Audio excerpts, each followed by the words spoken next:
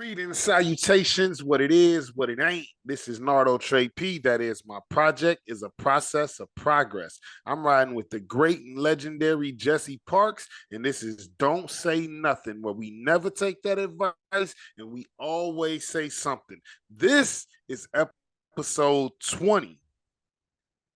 20. So what up, y'all? We really here. Jesse, what's your work looking like? Um, Man, what my work looking like? I pretty much got a event coming up on Saturday of this week, which would be June the 22nd, man. I'm pretty much going to be working with the kids. It's going to be a community event slash block party where it's going to be, stop the violence, increase the peace over there on the west side of Chicago, man. Shout out to all my west siders. Okay. Fred Hampton Jr. probably pull up. Uh, that is kind of like one of his vibes, but he ain't gonna be there on this one. He pretty much got his own. Okay. He's going on. But I yeah. was thinking about him today. I watched Judas and the Black Messiah earlier. Oh man, that Yeah. I love that movie. You know. Yeah. It's a pretty heavy movie though, especially remembering that they're real people. That ending is pretty difficult. Yeah. But yeah, my bad distraction. I watched the movie earlier, but continue. No, but for the most part, I made it a point to just do a whole bunch of stuff that involved the community over the summertime because that's kind of what my heart is at. Yeah. Let's So to answer your what my work looking like, I got a lot of community events coming up over the summertime. So by the time the school year roll back around, I've been got acclimated and just ready to get back into it. As far as guitars over guns and stuff like that too. So yeah. Out there handing the baby sandwiches. Yeah, basically shit. But y'all, what about you? How you looking over there?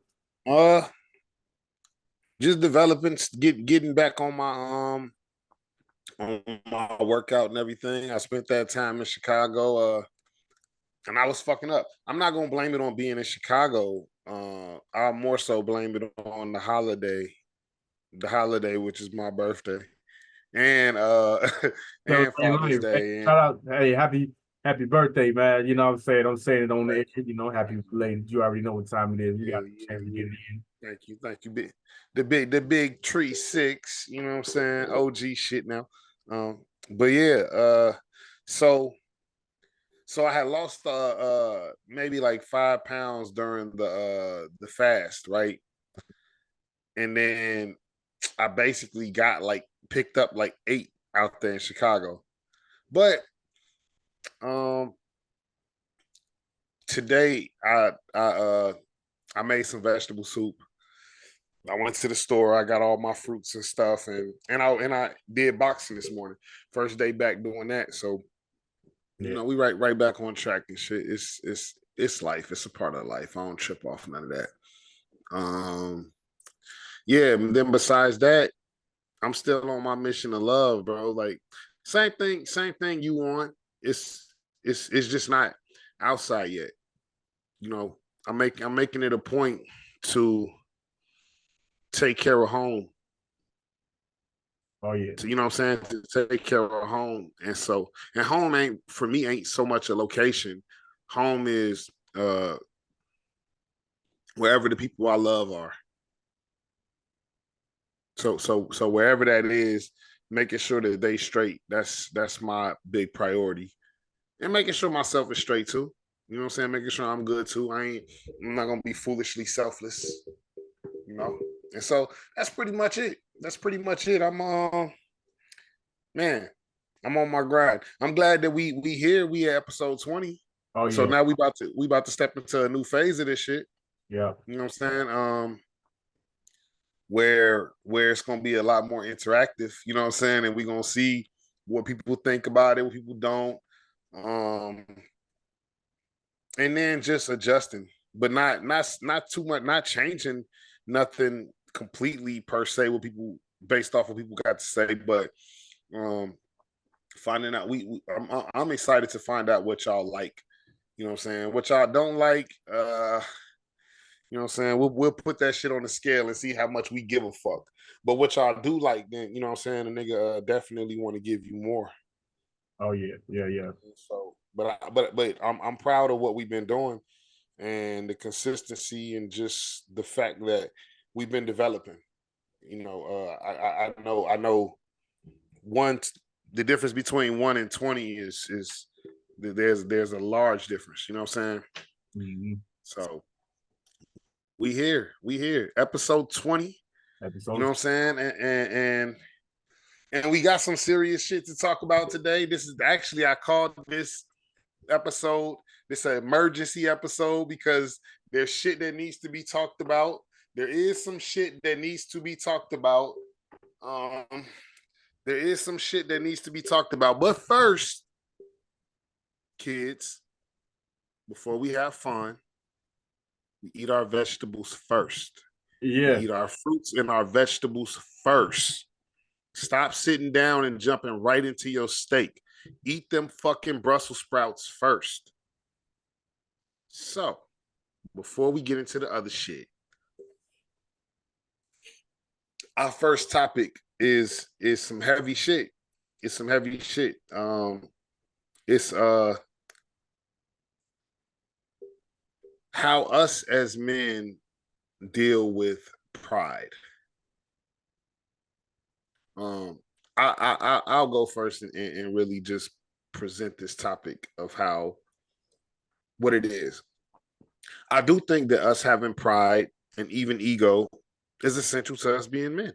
It's what contributes to our competitiveness. It's what contributes to us overcoming. Um, I'm proud of the fact that we made it to episode 20, and that pride is going to keep me to doing it. Mm-hmm. You know, I'm proud. I'm proud of all the achievements. I'm proud of my girls as they getting older. I'm proud. I'm proud of the different places I've gone in life and how I've done these things. And that motivates you to do more. So I'm not before I even start, this ain't just bash pride, right? But pride can get in our motherfucking way. And that's when we gotta check shit. We gotta check shit when pride becomes a problem for our progress. Now, Jesse, you somebody I know that's big on progress. You big on making shit happen. You big on staying working. You big on staying focused. But we here. I'm gonna call you out. I'm gonna talk my shit because as much as you're focused on getting the job done and as much as you focused on progressing and all that shit, I dare say a motherfucker could want that shit too much to where you hurt yourself. To where we shooting ourselves in the foot because we so focused on wanting to win. Yo, I feel like I'm gonna turn into that guy to the people. People probably think I'm this minimalist and don't try and just live life, relax, like nothing matters. I don't feel like that. I feel like you got to get up every day and bust your ass. I do. Yeah. But I also do not think. I think it's a huge mistake for you to attach your self-worth to your accomplishments. Oh yeah, I agree with that. I think it's a huge I think that's how you get big-headed and arrogant. Mm-hmm. You either gonna get big-headed and arrogant because you keep accomplishing, or you gonna feel like shit and hate yourself because you don't. So it's important for men especially to have that you got to know who you are. I made a post today. Well, I shared a post today that was really talking about that. Like, you know, we as men, we as black men, especially, we got this thing with confidence, right? And hold on, Gil. Hold on, Gil. We got this thing about confidence and the conditions that we come from, the environments we come from. There's pressure for us to be confident, even if we're not confident. That's why a lot of us be fronting. That's why a lot of niggas really be pussy. In most cases, only person that really know a nigga pussy be his girl. Because, well, me, I grade your strength, your ability to do stuff. I don't give niggas points for being strong at what they strong at. I just don't. I grade people's points based off of your ability to do what you're afraid of, to do what's hard for you. So if a motherfucker is a fast runner, cool, you a fast runner. But you're a fast runner, but you have a hard time saying when you're wrong. So if you can't never say that you're wrong, I'm not gonna say you strong because you a fast runner. You weak as fuck. Now, if you can say it once or twice every now and then, you can force yourself. I respect that strength because I know that's hard for you. Yep. That's how I measure people, men and women. That's how I measure people. I find out what your weakness is, and I gauge your ability to overcome whatever your weakness is. I don't judge people by the standards that everybody else judges people by. So, but this thing I want to read, it says, if you don't spend time getting to know yourself, you'll end up absorbing everyone else's random and conflicting ideas about you. Knowing who you are on a very deep and intimate level is the best way to protect yourself from internalizing disempowering opinions from others. That's just one of the many things why it's important to know yourself. Now, I say all that coming around, we won't get into too many details. We'll just put it like this. Jesse has had a situation for some time. Jesse got finances. Jesse handle his business. But sometimes situations come that are outside of your financial range. Now, we blessed. Y'all don't know. It ain't really none of y'all business, but there's a circle of us. There's a circle of us that all of us in this circle can come and confide in for financial assistance. And if someone in this circle can facilitate, that's what we do. So I kind of got on Jesse earlier. Cause my nigga, how long a motherfucker gonna suffer and not holler at me? You know what I'm saying? Right. And so, like, I guess Jesse kind of explained, because I'm talking to like kind of explain like what's the thought process that makes it difficult to just do that right off the rip. I got some myself, but I don't want to just make it all about me. What do you think is the things that make it hard, even when you know these your people, they guide me? What's the thing that make it hard to just push that button? Oh well, there's multiple reasons. So I can just go ahead and give you a handful of reasons. Let's go. One reason being, as a man, it is already understood that as a man, you are the provider. And it's not always the easiest thing in the world to say that you don't have it. There's been plenty of instances where I failed at something. And that's one of the most hardest things on this planet for me to admit. There's been times where I failed tests. There's been times where I missed, when it's time for me to take the shot, and when family and people who are relying on you to hit that shot and you miss, it's not the easiest thing to come home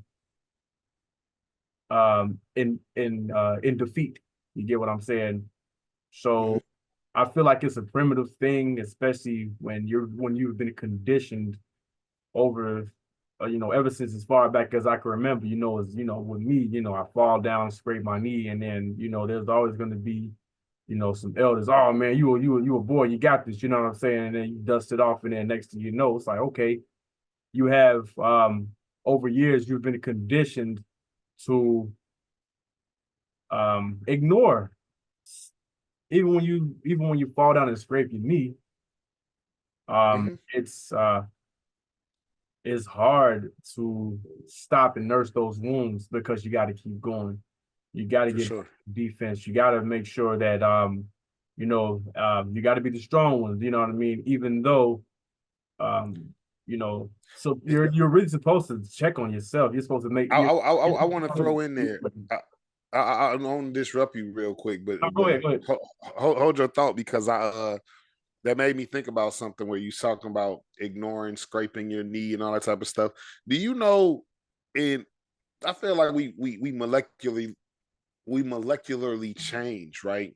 Mhm. Over the years. Do you know over the last few years, if I cut myself, unless it's like deep, I stabbed myself in the hand with a knife like last year. So unless it's like deep, do you know I don't be putting shit on it? I just let the shit stop bleeding and shit be stop bleeding. Like it don't even be going. I slammed the shit out of my shin today when I went to boxing and shit on the fucking bleacher shit. And I just kept going. And it didn't even bleed down. It just had a bleeding spot. I just rubbed that shit off right now. But I say that to say it's crazy how that shit worked that we've been conditioned to do that. I got In plenty, response though to kind man. of what you're saying, Man, I got plenty of instances too. Hold on one second. It looked like the internet's unstable. oh, speaking of, hold on one more time. I gotta throw this in there because Oh, when go I ahead. came out there, me and Jesse threw some gloves on. You know what I'm saying? Because this is my big cousin. He used to beat the shit out of me and shit. So we threw some gloves on. He low key still kind of beat the shit out of me. The first time we threw the gloves on, though, he wasn't really doing shit. I guess he was trying to see what I figured out in my little boxing shit, whatever the fuck that means. The nigga played around and shit. It ain't like I beat him up and took advantage of him not swinging, but then later on, the nigga just trying to fire me up. Now, mind you, I'm blocking all this shit though. A lot of that shit. The nigga threw a bunch of shit. A lot of shit landed. We doing body blows. Nigga beat the shit out of my arm though. Excessively beat the shit out of my arm. Excessively. I still feel that shit now. Beat the shit out of my arm. It's fucking ridiculous. But I'd rather it be my arm than my body. That nigga was being extra. Jesse was being very extra. Something came over him.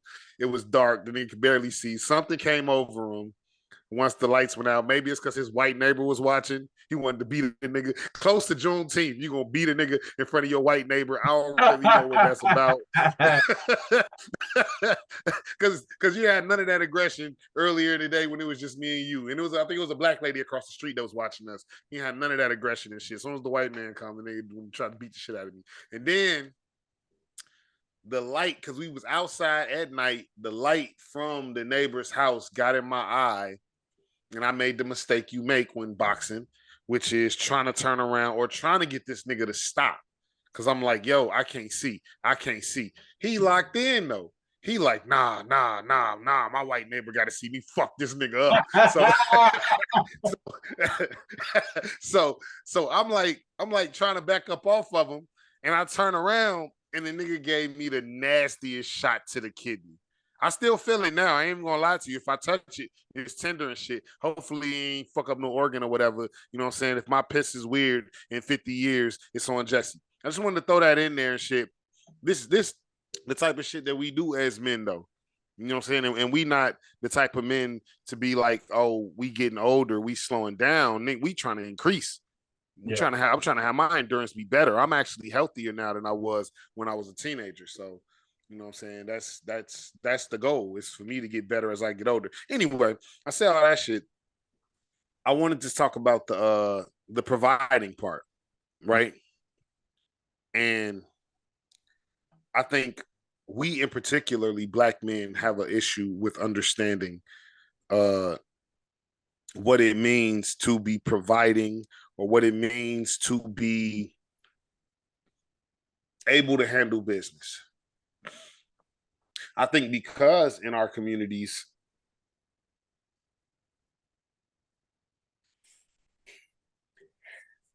I'm, I'm I'm trying to figure out how to say it the right way, but um, in preparing us as black people for this harsh world that in a lot of ways don't give a fuck and you can't expect nothing, we get raised very harshly by the communities. You know what I'm saying? You have people in the community that look out for different people and stuff like that, but you still get raised very harshly. And everybody makes sure you know you got to hold your own.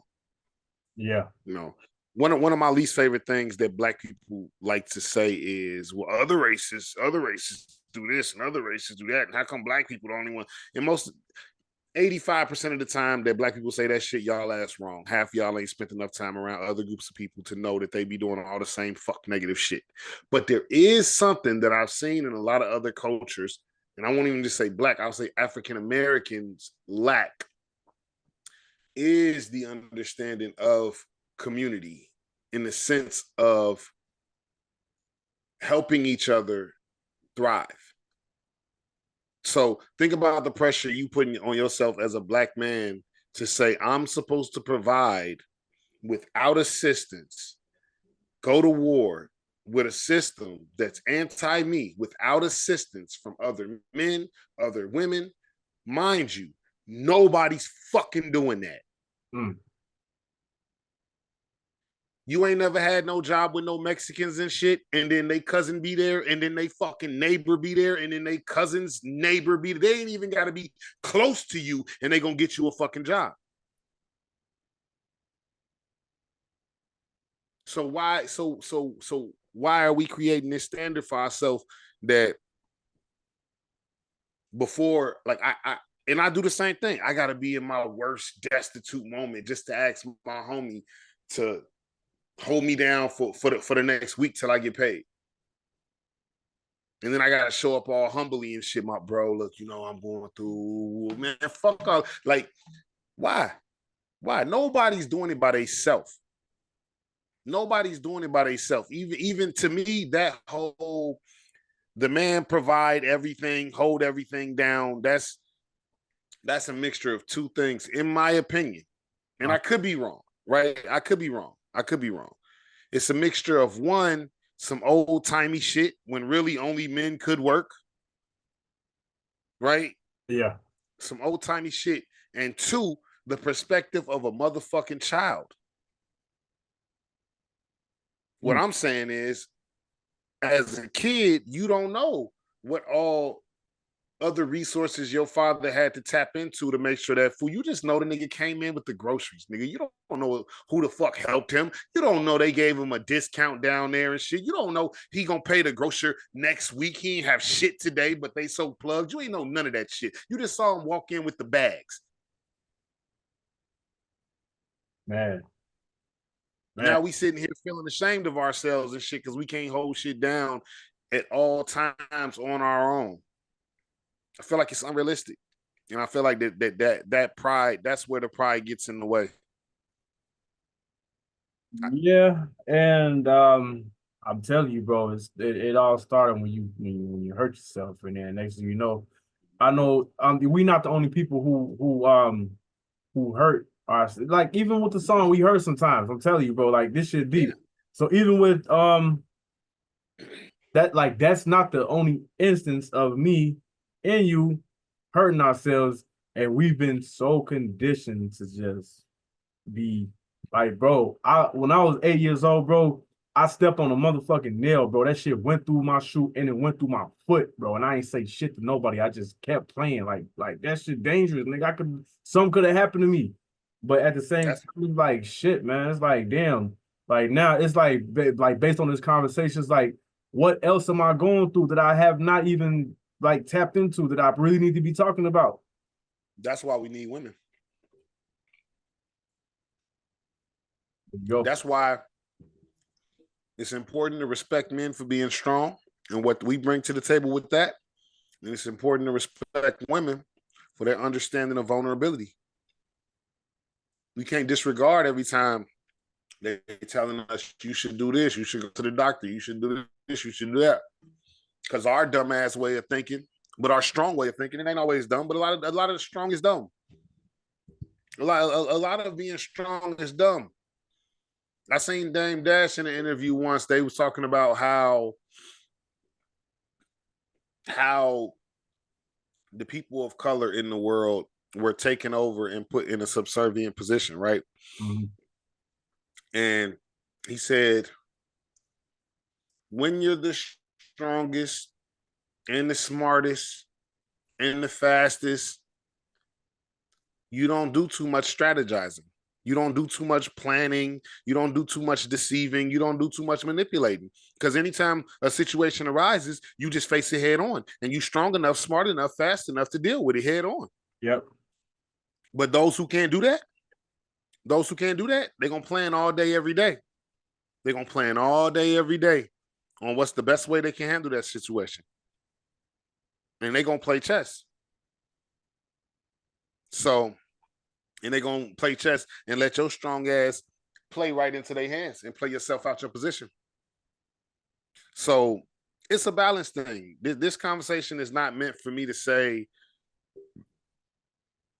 men don't be strong and don't feel a sense of responsibility to hold shit down.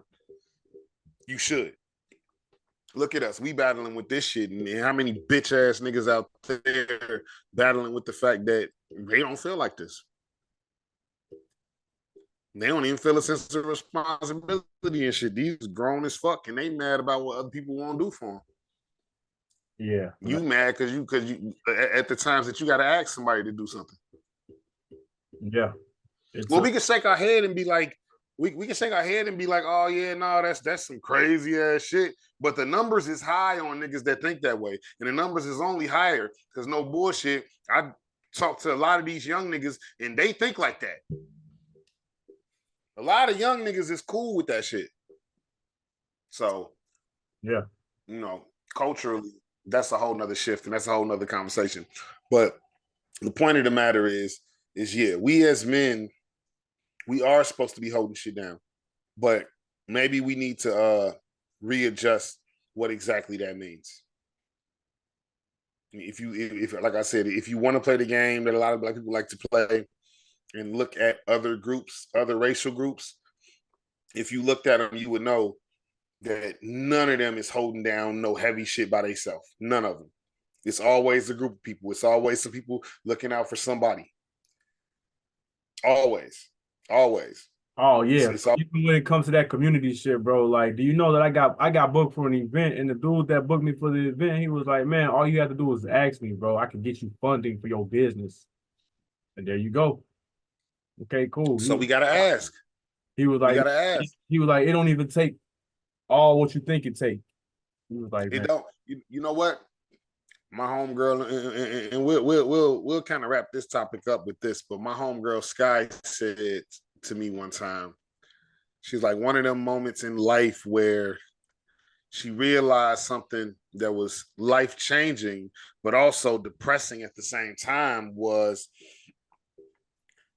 There's no reward for senseless suffering. You get no points. There's no reward for suffering. Yeah, there's no reward for starving. Unless you're fasting, you're starving for a purpose. You know what I'm saying? Unless you're suffering some discomfort for a spiritual reason or something like that, but not just in the sake of, oh, well, I really want this, and I don't really have no reason I can't have it, but I can't ask for it, and you know what I'm saying, and so I'm gonna just go without. There's no reward for that. There's no reward for that. It's just an empty stomach. You know what I'm saying? But there is a reward and growth in being able to ask for help. And this type of shit apply to certain type of people. Nigga like you, a nigga like me, we the type of people that pretty much anybody could ask us for help and we're gonna help. Right? Yeah. So you put a lot into the world. You put a lot into the world. You give a lot. You put a lot. Every time we get on here, you talking about something you're doing for the community, something you're doing with some kids and all that type of shit. So who you think you are that you're just supposed to be giving and ain't supposed to receive nothing? Man, that's real. So now I got to know the difference between whining, complaining, and actually asking for help, because yeah, exactly. When I was a kid, of course, your mom or whoever around you, like, cut all that whining out. You know what I'm saying? Of course, you ain't thinking about it like you whining. You thinking about it like you really voicing your opinion, and you really. Yeah, I'm really voicing my. Yeah. But over time, After hearing that shit thousands of times, like, okay, well, let me go ahead and just not whine and knock it. But at the same time, is it really whining, or is it really you legit need some help? You legit need some resources. Like my pops pulled me to the side one day when I was a teenager. He was like, "Why you don't never ask me for nothing?" And I was like, "Because, like, what I'm saying, I'm watching them struggle. You feel me? Like, what I'm saying, I wasn't trying to go to prom and ask for clothes and shit like that. You know what I'm saying? I ain't had the best of that shit. You know why? Because I'm for real watching my parents struggle to provide for me. And deep down inside, like once I understood a little bit about what was going on as a teenager in my household, a part of me was like, you know, just be a little bit more considerate before you ask for stuff. So it was a two-way street, you know what I'm saying? And then, my Hey, pop. tell me this. Tell me this. Because I deal with that with my teenage daughters. You tell me this. Right now, let me paint the scenario for you. You got a little bit of a struggle. Your bill's late.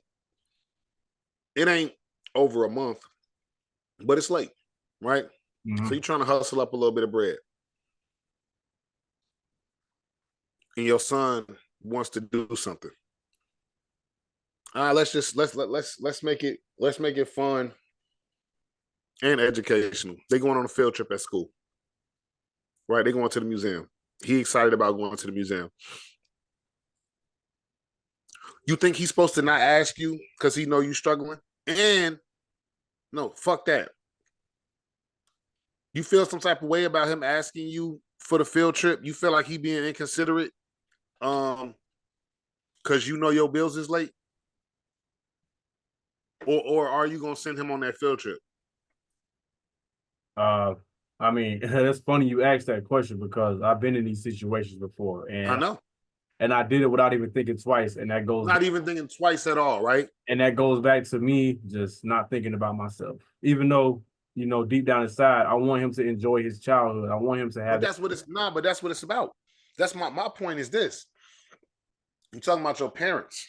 Yeah. See, the Bible compares God to being our father. And there's a verse where it says, if your child was hungry, would you not give your, I don't even quote it word for word, but would you not give your child food just as much as you would do that? That's exactly how God feels about you. So what I'm saying is everything that you struggling and you going through,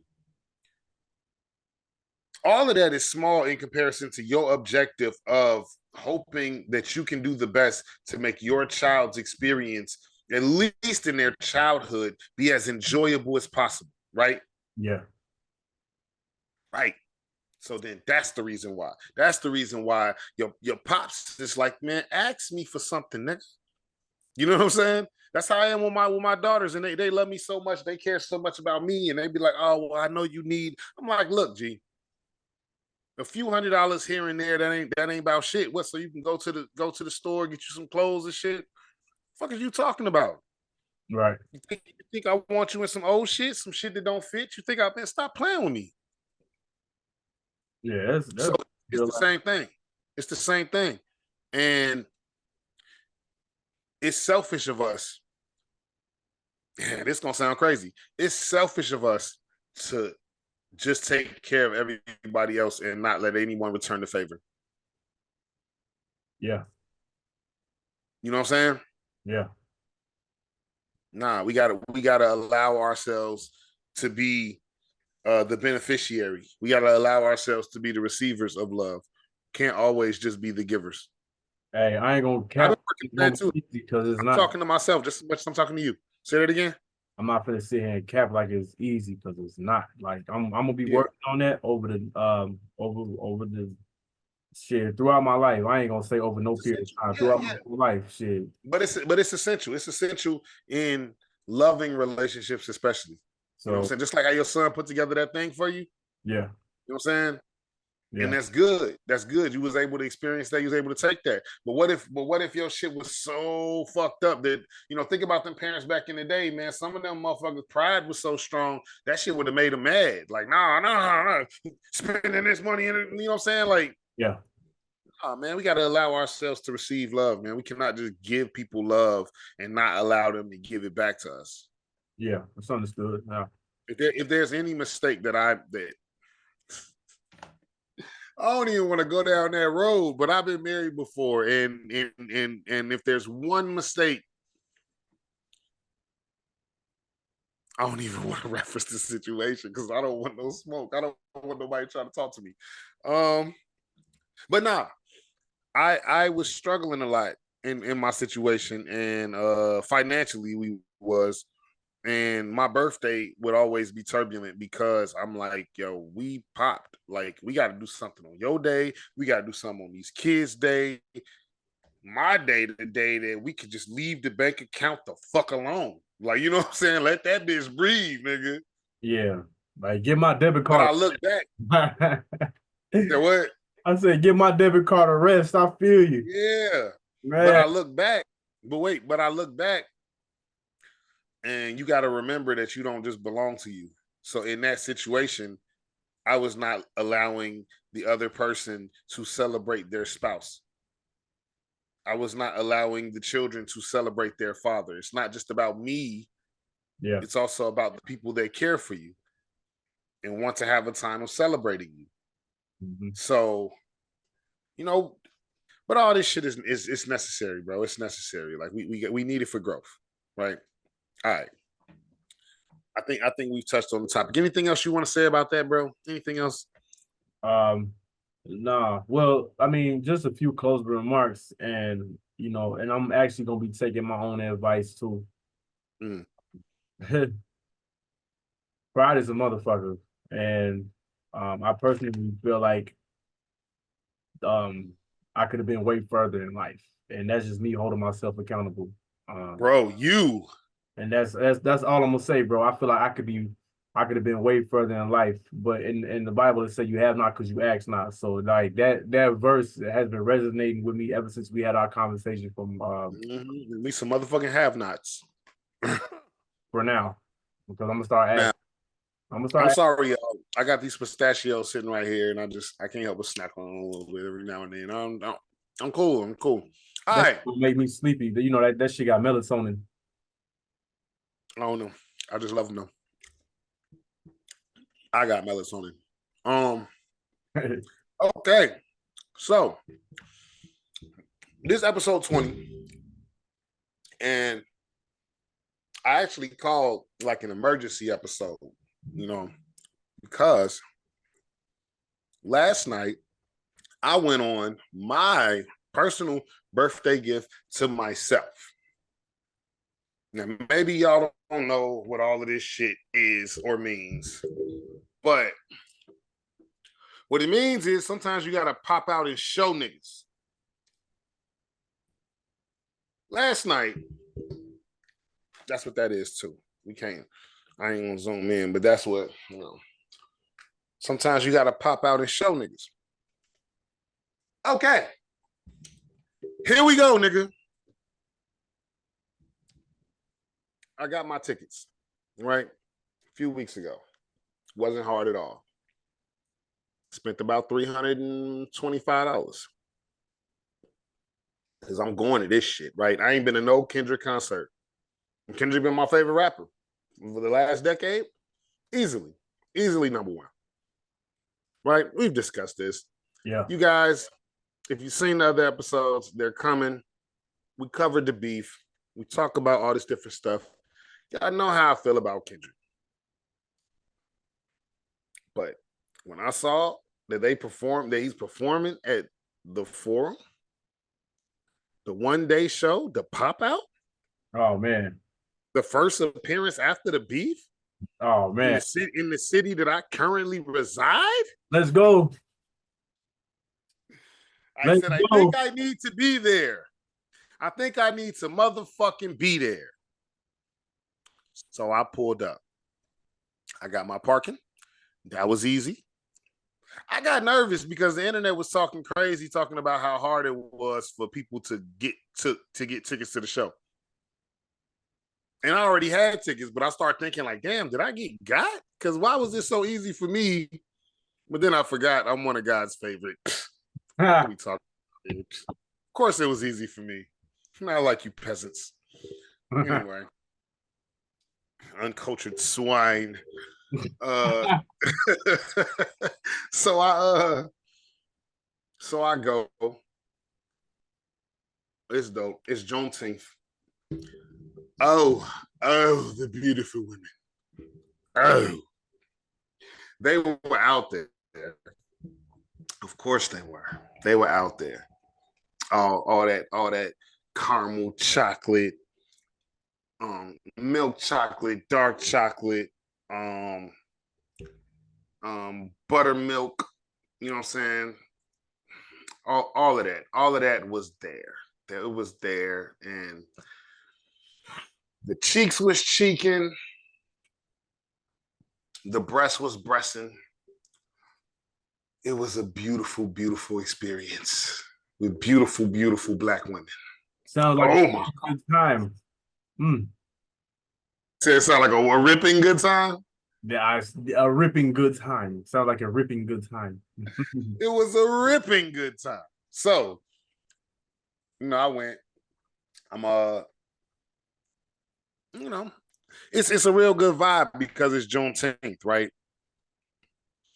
And black people in LA, they be pretty cool for the most part. When you go around black people in LA, it's like Hyde Park. It's like Hyde Park in Chicago. Actually, I want to throw that out there. Over the last I'm gonna say last 5 to 10 years, last decade, I want to give a round of applause to black people and how nice we are to each other. I like that shit. I like how when we just see each other, we're like, "How you doing, brother? How you doing? How you doing? How you doing?" When I see a black woman and stuff, she just speak. I like that shit. I like how we don't have to be like everybody be the best of friends or nothing like that. But we speak to each other, we acknowledge each other, and we give each other, you know what I'm saying, uplifting energy. And I think that's fucking beautiful. I really do. Yeah, it's like a silent acknowledgement.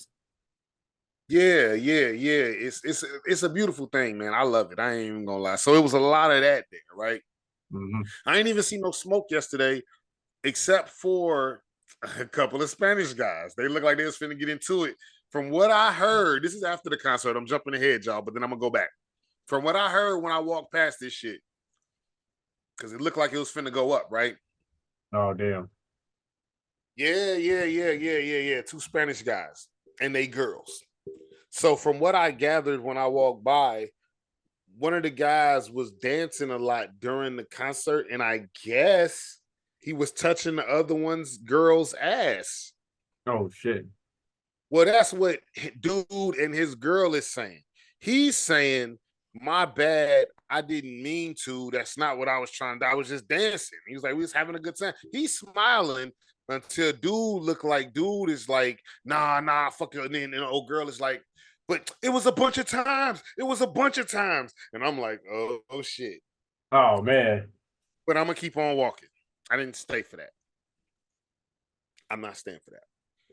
It's too crowded. And all the black people was loving each other. So let me just go ahead and stay with them. Okay, the concert. So it's my first time in the forum.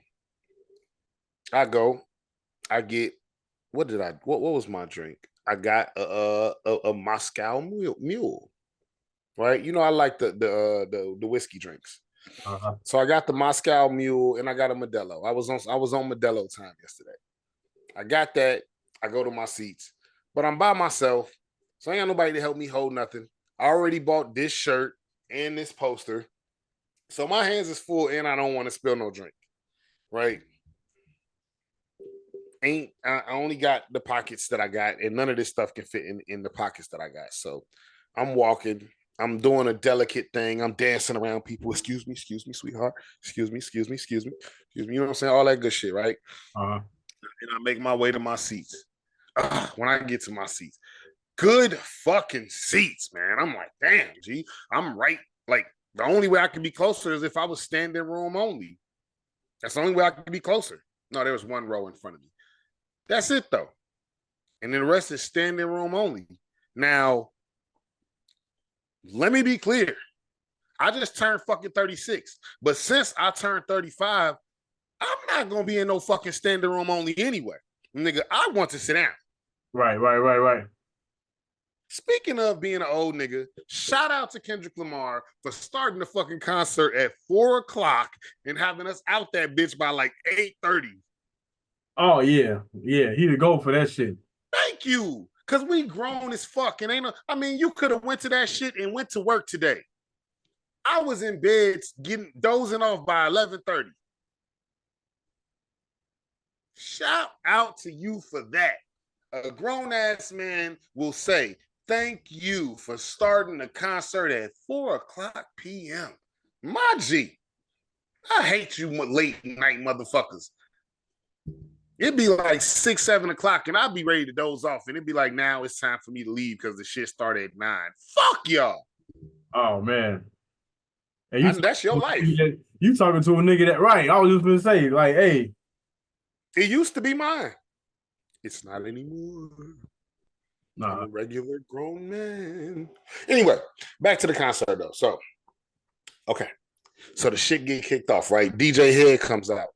I don't know if y'all don't know DJ Head. He got this little podcast with something like that with Elliot Wilson.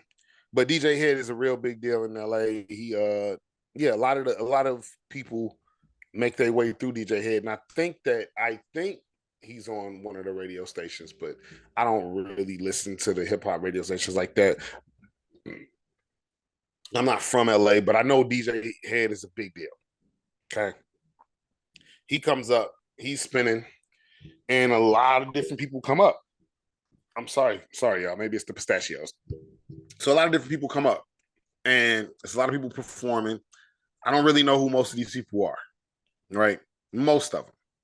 You know, niggas came up there red ragged up, like the shit was real. But people there knew who these people was, because the chicks that was over next to me was like, oh shit, they singing the songs word for word and all that type of shit. I'm like, okay, I guess, you know what I'm saying, this little crew of niggas, they got some traction in the city. Everybody that hit that stage have traction in the city. Then gradually throughout that set, people that I actually do fuck with was like, you know what I'm saying, like I think the nigga Problem was up there. But fucking West Side Boogie, shout out West Side Boogie. You motherfuckers probably don't know, but that nigga album Swap Meet, that's my shit. That was my shit. I want to say it came out in 2018, maybe 2019. West Side Boogie Swap Meet. If y'all ain't heard that album, you need to go fucking listen to that album. It surprised me that nigga popped up, and not only did he pop up, but he did my favorite song, Silent Ride Home, Silent Ride. I told my brother, we both know that's that shit. Now, West Side Boogie, he early and stuff like that, and maybe he haven't blown up to where, but that's one of my favorite artists. I ain't even gonna bullshit with you. So, West Side Boogie goes. And then motherfucking Tyler the Creator pop up out of nowhere. Yeah. Dude, motherfucker Tyler the Creator, what did he perform? Don't leave, it's my fault, nigga. And then motherfucking Steve Lacy showed up. Oh shit. I wish I knew you wanted me. Ooh. Bro, so the shit's lit, right? I'm already like, what the fuck? Then DJ Head switch out. DJ Mustard come up. Steve Lacy might have been on Mustard's set. I don't know. But DJ Mustard came up. Tyler may have been on Mustard's set. I'm not exactly sure. It was just, those were the two sets with the DJs, right? Head might have had most of the local dudes. I feel like Boogie was on Head set. But either way, that don't matter. Y'all go watch the shit on Prime. You'll know. And motherfucking YG come up. You know what I'm saying? And motherfucking Ty Dolla $ign come up. You know what I'm saying? And then fucking Mustard go into this set, a fucking Nipsey tribute. Oh shit. Rest in peace, Nipsey Hussle. Rest in peace, Nipsey Hussle. It's, understand, bro, I am in LA while this shit is happening. understand the way the fucking audience sounded for all of this shit and for this Nipsey tribute, right? He goes through about two or three Nipsey songs. And then he ends it off with the song that Nipsey got with motherfucking Roddy Ricch. And Roddy Ricch comes on stage. Oh shit. And then he finished the Nipsey song and he does the box. Oh my God, I love that. He did the other shit. What is that? I got the blue 40s on my feet. Nothing about us is underneath. Cause all my niggas got it off the street. 100 racks inside my G. So it's lit, right? Mm-hmm. We on 10 right now, right? So a few other people came out. Oh, I'm gonna throw this in there because I forgot about this. There is a voice kind of narrating the whole show, right? That pop up and talk every now and then, right? That introduce the show and everything. It's just a voice. You never saw this nigga. But if it wasn't motherfucking 40 Water, if it wasn't E40 narrating the entire night, nigga. Wow. Nigga, it was an epic moment. Okay. So a few other people performed. I can't remember exactly. I know I'm missing people and shit, but I got a lot of the big people. Nigga Blast. But yeah, Ty Dolla $ign, YG, Roddy Ricch, Tyler the Creator. Those were my highlights. Steve Lacy too. That was hard. I recorded that for my babies because I know they like that song, and I like that song. And Westside Boogie, man, shit, that might have been my top. No bullshit, because I really wasn't even expecting that shit. Anyway, and then we go into intermission, and I go piss for the fucking 5th time because I'm on Modelo number 3, and I'm 36.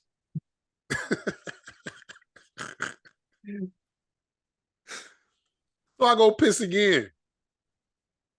And I got a Stella Artois on my way out. And I said, damn, but I can't come back to the bathroom because I know what's happening after this break. Oh, yeah. It is the main event now, nigga. So I go back in there. I sit my happy ass down. I think I had a chili dog. Don't judge me. I did get a chili dog.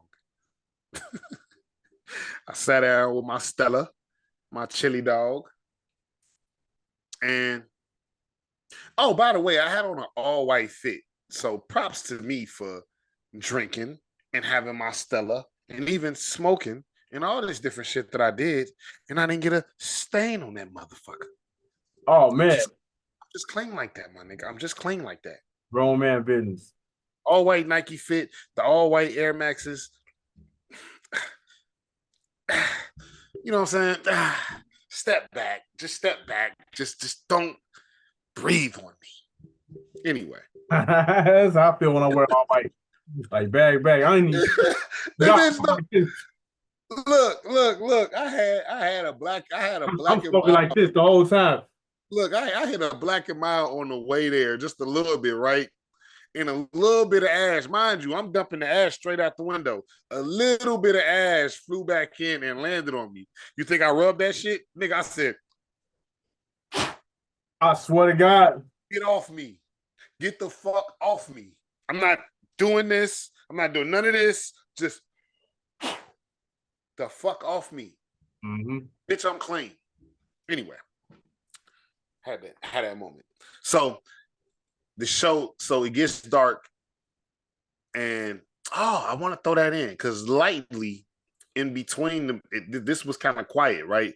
The music that was playing during intermission, just very, very dangerous, right? The music playing during intermission was James Brown, The Big Payback. Oh my goodness. You know, that's one of my favorite rap songs. And yes, y'all, that's a rap song. That is a rap song. And if it wasn't a rap song, then nigga Kendrick couldn't take the same flow and make King Kunta. He didn't change up shit. He even let you know that he did. That's why he left that line in, I can dig rapping. Anyway. So I'm in there jamming, bro. I'm having a good time and shit. I'm showing love to all the people around me and shit. We vibing and shit, dapping each other up and all that type of shit. You know what I'm saying? They from LA. I'm from Chicago. but I've been here. You know what I'm saying? And last night, nigga, I was from LA. I'm sorry. You know what I'm saying? The spirit of Tupac took over. And you know, Tupac was from everywhere. So. Oh, yeah. The fuck you want from me, nigga? I was from LA last night. So, the show, Kendrick, so the music for Euphoria starts. And this nigga come up out the floor on one knee with these superpowers get neutralized. I could hardly watch in silence. Like, nigga, I'm like, okay, all right, we in for it, right? He performs Euphoria. That's the start of the show. There's explosions.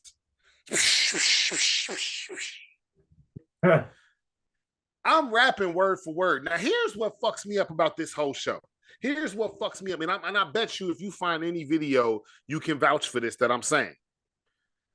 For Kendrick Lamar's entire set, the entire audience was singing along word for word. So for all of y'all that's like, oh, it's that wordy shit and don't nobody really be listening, and niggas be using too many big words and saying too many words. Thousands of people. It was almost as if I was a part of a mass choir. God damn. I can believe that. Word for word. Nigga did. So he did that. Euphoria. He got into some other shit. I want to he ain't do Bitch Don't Kill Me. No, he went from Euphoria to DNA. Oh shit. All which DNA is the type of energy. That's that type of energy. He stayed on that type of energy. No bullshit. Cause I got loyalty and royalty inside my DNA.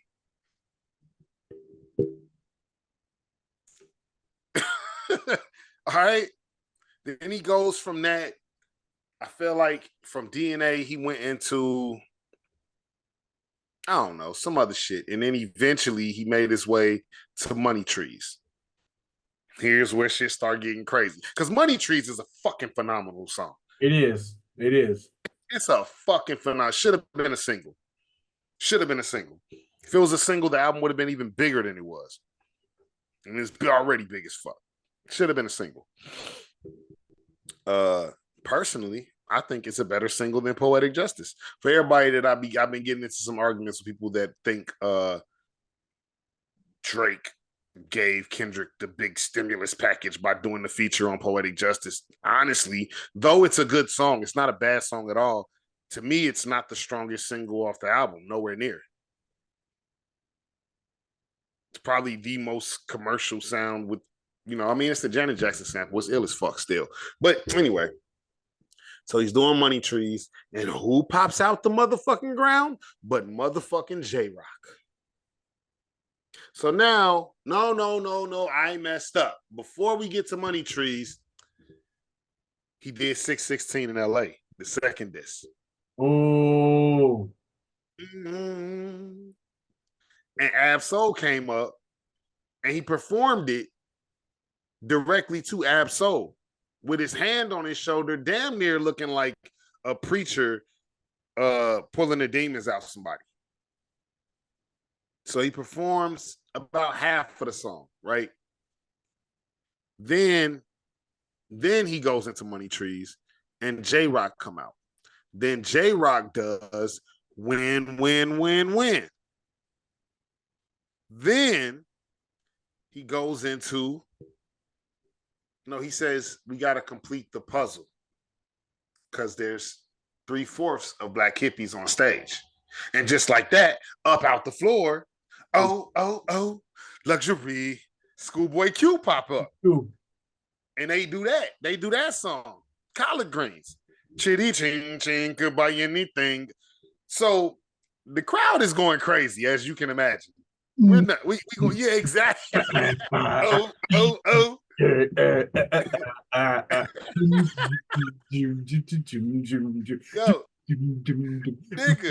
nigga, my body hurt so bad once I finally got home yesterday. You know how when you get in a fight, you don't feel shit because of the adrenaline? Yeah. You probably felt some of them body shots I gave you later on, didn't you? Nope, not just playing. Yeah, I did. You felt like we was doing some sparring. Yeah. Yeah, you felt like you was doing something. Because I Mm. was throwing some on you, was throwing some. I felt, yeah. Anyway, that's kind of how I felt last night. I felt like, damn, what did I do? I did a lot. But between the screaming, the jumping up and down, and all that type of shit that I did yesterday, for just those 3 to 4 hours, shit was real. So he does that. Black Hippie come out. Then he go through a few more songs, right? And it's a little blurry in that time after that. But he goes through a few more songs. And then he's like, all right, we got to do something to make it right, something to make something right, some shit like that. And who pops out the ground? Matter of fact, I want you to guess this person because I haven't talked to you and I haven't told you, and I don't know if you know. But I'll say the legends of legends, probably as legendary as you can get from LA. Snoop Dogg. Was it Snoop? Try again. Was I close? LA legend? I'm thinking LA. Legends of LA. Try again. God damn, man. As legendary as it can get. Dr. Dre. There you go. That nigga popped up out the motherfucking floor. Wow. Did Still DRE. He did Still DRE. And he did motherfucking California Love. Nigga, I would have been screaming like a bitch. Nigga, I was screaming like a bitch. Word for word. Word for word. And I had my W's up, nigga. Yeah, I ain't mad at you, bro. And I had my W's up, that nigga. That's why my voice sound like I would have been from the West Side that night. I ain't gonna lie. I told you I was from LA last night. I would have been a Cali nigga that night. I ain't gonna lie to you. Nigga, I can't crip walk, but I can do that like in that stance them niggas be doing, like in that stance where your feet stand at attention and then you just bounce at the knees and shit. I was doing a bunch of this last night. A bunch of this shit last night. Bro. A bunch of that shit last night, nigga. That's probably why my legs was hurting. I was doing a bunch of that shit last night. I was doing everything but throwing up fingers and shit. I was doing everything, nigga. What? So, Dr. Dre performs those two songs, and then he says, okay, before I go, I got to say this. I got to say this one thing to make shit right. And then he says, I see dead people. And motherfucking Not Like Us turns on. Kendrick start performing that shit. Dr. Dre walk off the stage while Kendrick is performing that shit. Kendrick performed this shit, nigga, 5 times fully. Even before the 5 times that he did it fully, he started it like 3 times and stopped it. Because now mind you, again, if you go find the footage, all of these songs, including Not Like Us, is being sung word for word by the audience. Anytime he don't say a word, you hear it clearly from the audience. Everybody. I told you, we were a mass choir rapping. Everyone was saying words. You think the Bay gonna let you disrespect Pac, nigga? Word for word. So, but here's the thing. When he performed it, the first 3 times he started it and had to start over because when that nigga got to A minor, nigga, the crowd held the shit so long.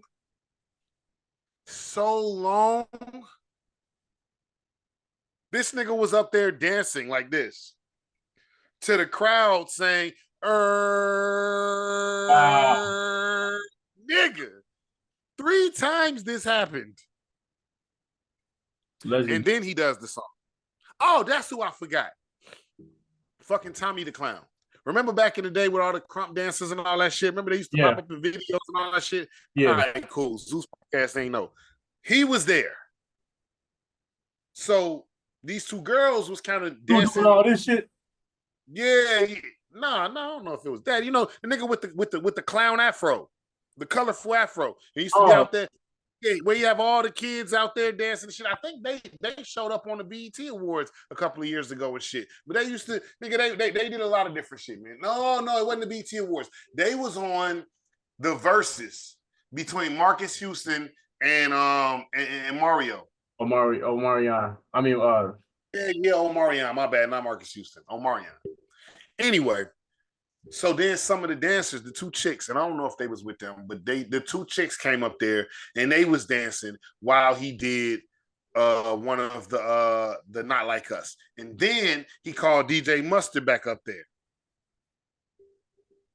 and performed it again with DJ Mustard up there. And then a bunch of people came up there, bro. The nigga they said they had a representative from every neighborhood, every set in LA on that stage. Wow.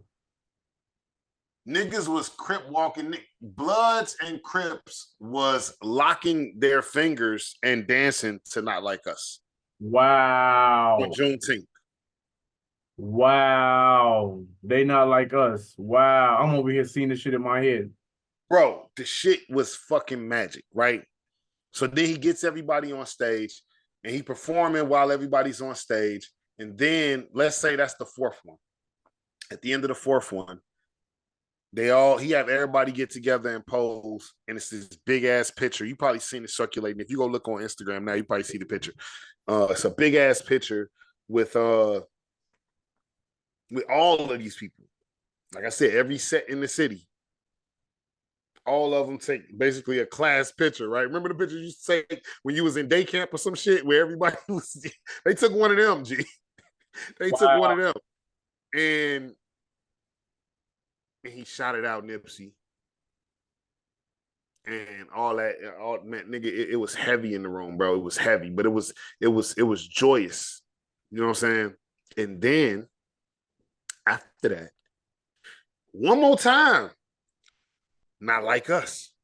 So now on stage, the shit looked like a fucking West Side barbecue. You got people in huddles, Crip walking in the middle. It's a little nigga up there, little kid, probably like 8, 9 years old. This nigga Crip walking. It's fucking magic.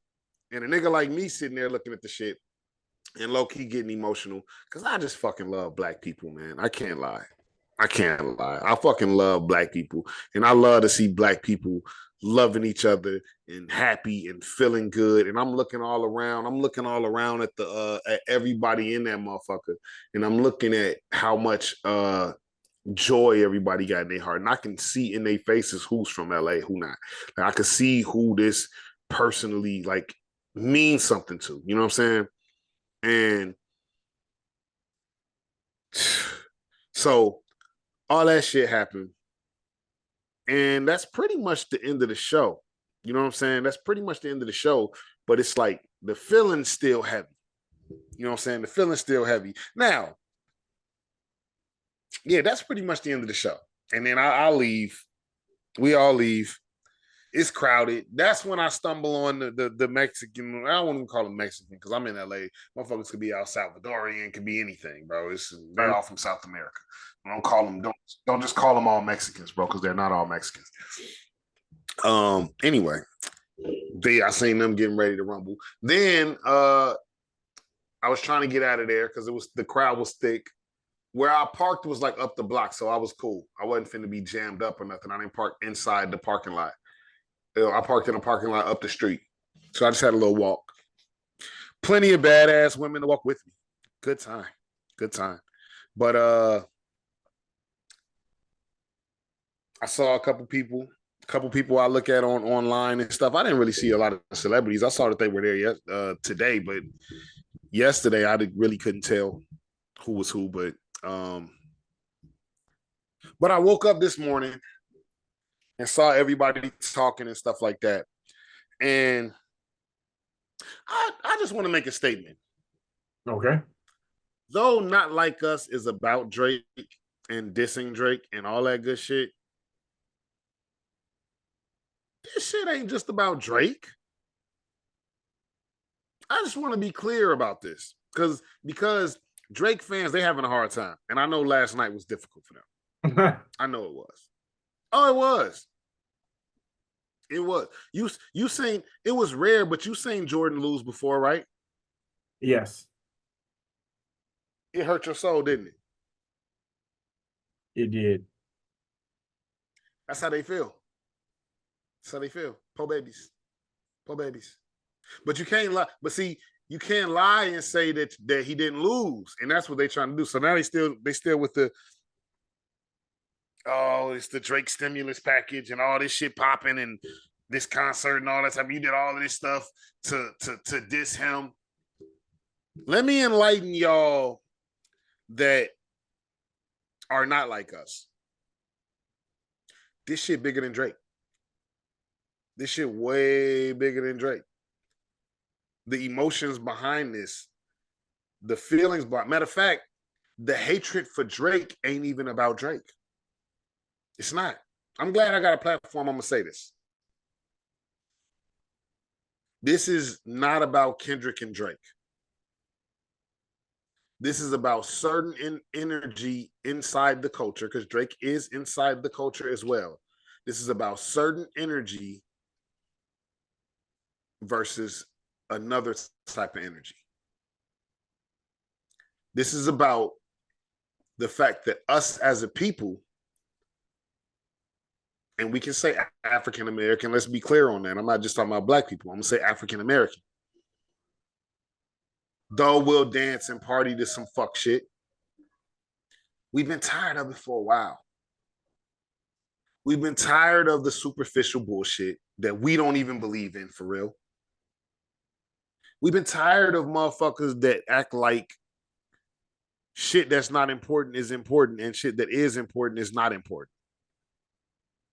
We've been tired of it. We've been tired of motherfuckers acting like numbers mean everything and money means everything. Mm-hmm. And love and real shit means nothing. We have been tired of that as people. Yo, to everybody that's not African American and also outside of the circle and don't understand, but maybe are inside of the circle of hip hop and like to go out and like to party and like to be at these different events and stuff like that and like to pop bottles and be like, yo, what's the big deal? It's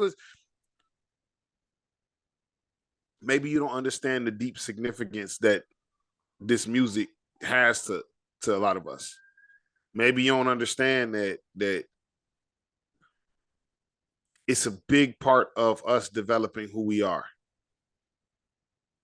and expressing who we are. And maybe y'all don't know.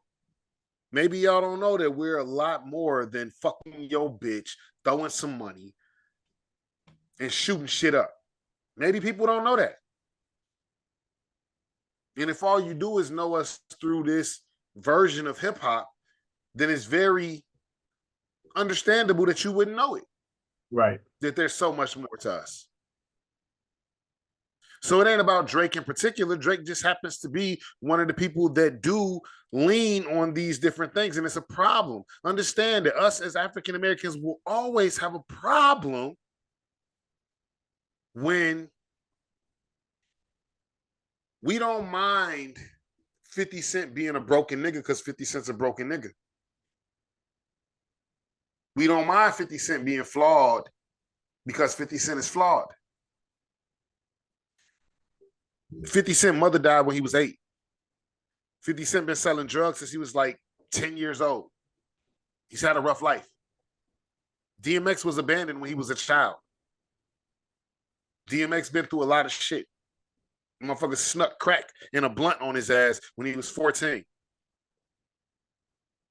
DMX could be broken. 50 can be broken.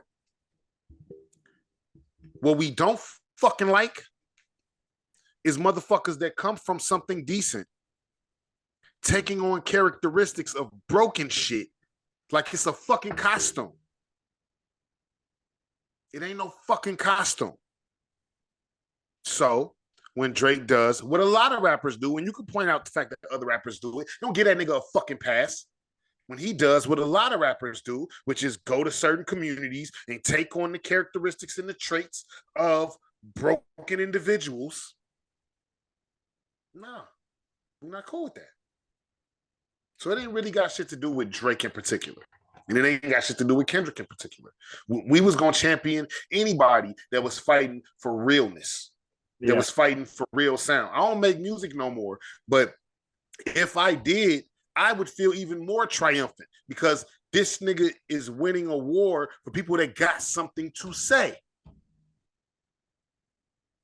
Meanwhile, the nigga that he's battling feel like it's okay to not say nothing and will even clown you for saying something. Mm-hmm. We not jocking that shit. We good on that shit. It's cool. Put it on for what it's for. But when it's time for us to live real life, then we need that real shit. Call it what you want to call it. That's my opinion on that. It's funny and not funny, but and a lot of people ain't gonna agree with what I just said. A lot of black people ain't gonna agree with what I just said. But what I say to that, a lot of black people don't love black people.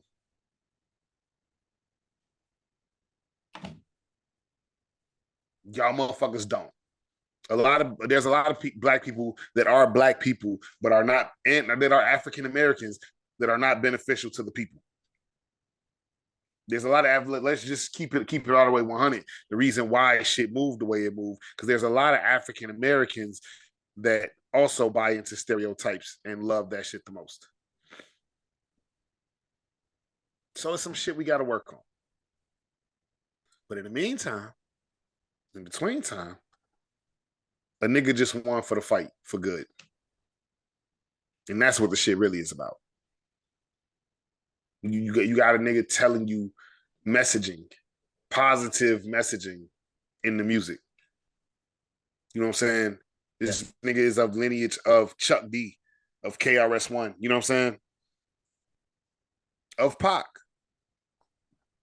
This is that. This is that. You will learn. This is that.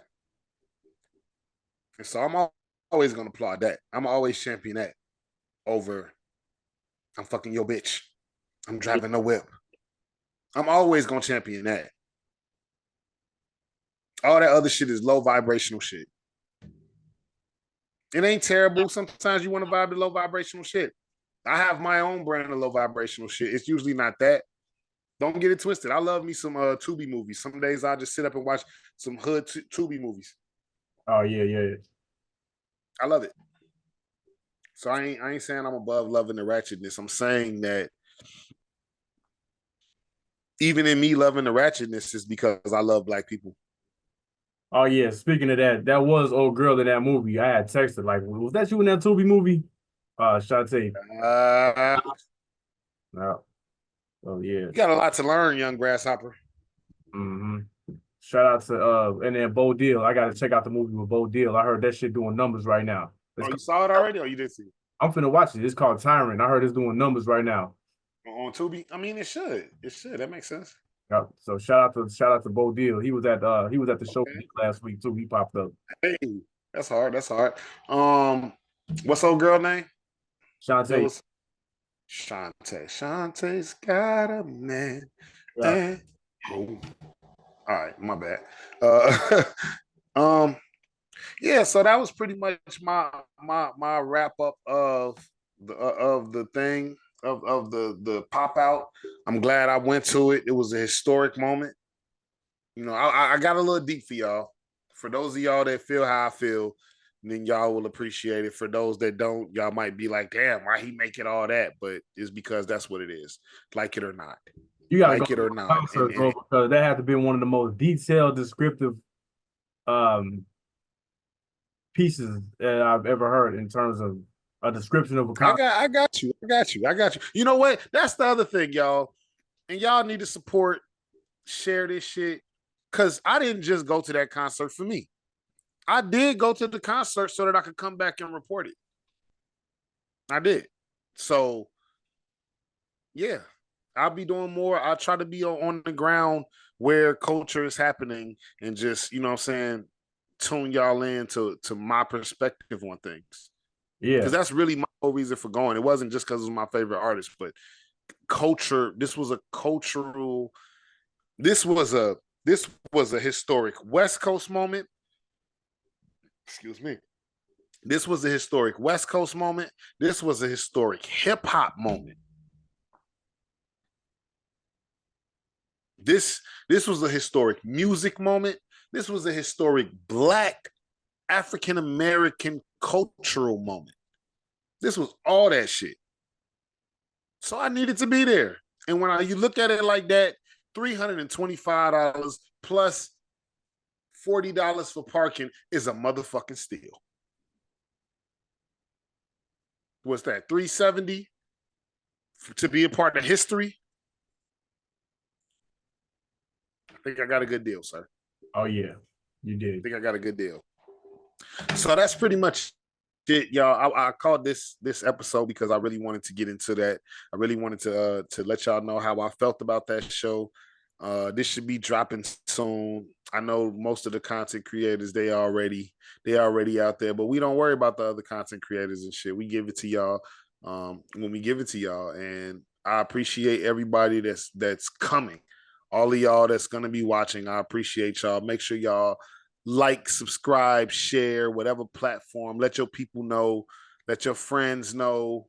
You know what I'm saying? You fucking with this podcast with these two brothers. I know they always saying, don't give black men podcasts, don't give men podcasts. Of course they're gonna say black men because they're always trying to tear us down. But this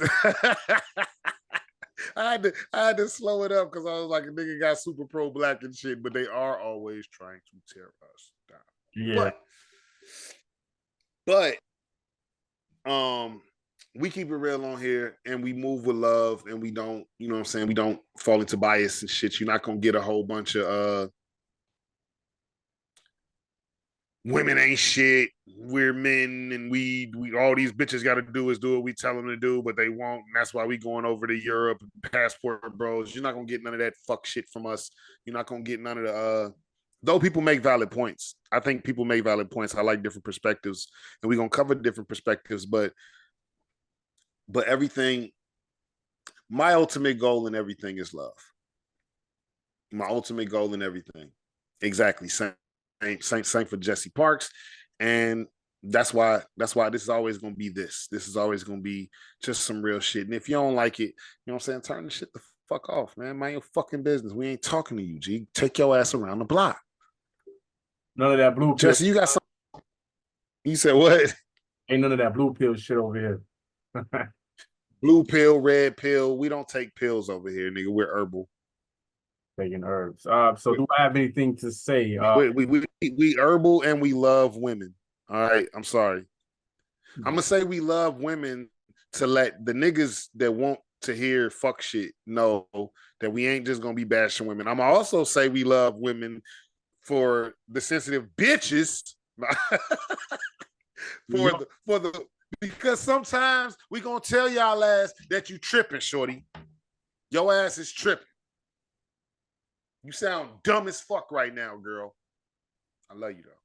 I love you so much. Self-love. It's called self-love. It's called self-love. Anyway, it's called real love. Real love. Anything else would just be bullshitting to get that pussy. Anyway. So what you got to say, Jesse? What you want to lead people with? So that being said, man, I definitely want to make sure that I go out to more concerts because I have been going to I went to basically I done seen Kanye West, I done seen Twista, Crucial Conflict, Do or Die, I done seen Jay Electronica, I done seen J. Cole a couple of times, I done seen Nas a couple of times. Oh shit, not Nas. I ain't seen Nas. That's heavy. I seen him. He performed. Matter of fact, he performed all the way from Illmatic to Life is Good because that was what was out when I went. Side note, I do not like when Nas performs Illmatic. Why not? Glad you asked. Because I know Illmatic word for word. Shall I go on? Continue. Nas never spits ill. Nas changed how he rapped later on, And so he raps with less words. And he raps Illmatic like it's a new Nas, like it's new Nas music where it's not so wordy. I need all my thes and ands and stop fucking skipping words, nigga. That ain't how the song sound. I know Illmatic word for word, front to back, nigga. Please, you're the only person in the world that can give it to me exactly how it sounds, and you refuse to. Okay, I feel you on that. J. Cole, you gotta worry about that with J. Cole because that motherfucker. Not at all. Not at all. You don't gotta worry about that with Cole. I seen Cole perform too. That's 2 days in a row. I seen him. I met him too, man. He was a cool dude. Yeah. But I didn't get to meet K-Dot though, but that's all right. I seen D'Angelo perform. He opened up for the Roots. Now that was. I saw the Roots perform one time for free. G, I just walked up on some shit.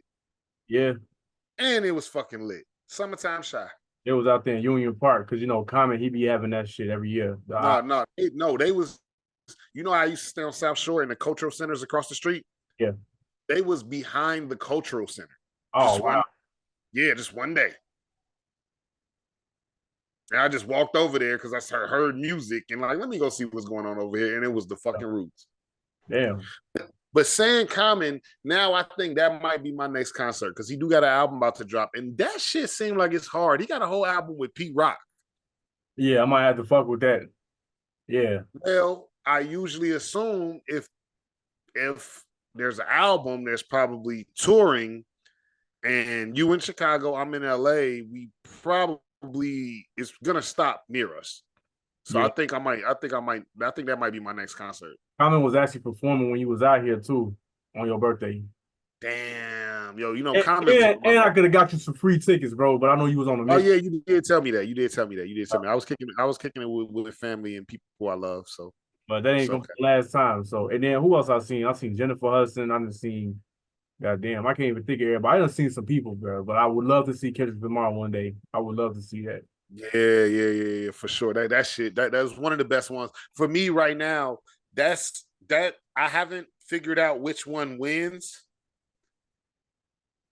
I didn't lose my voice with the other one, but it's still a big competition between this Kendrick show and when I went to see Watch the Throne.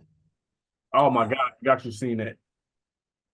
Nigga, Watch the Throne was fucking fire, nigga. It was a half Kanye, half Jay-Z show.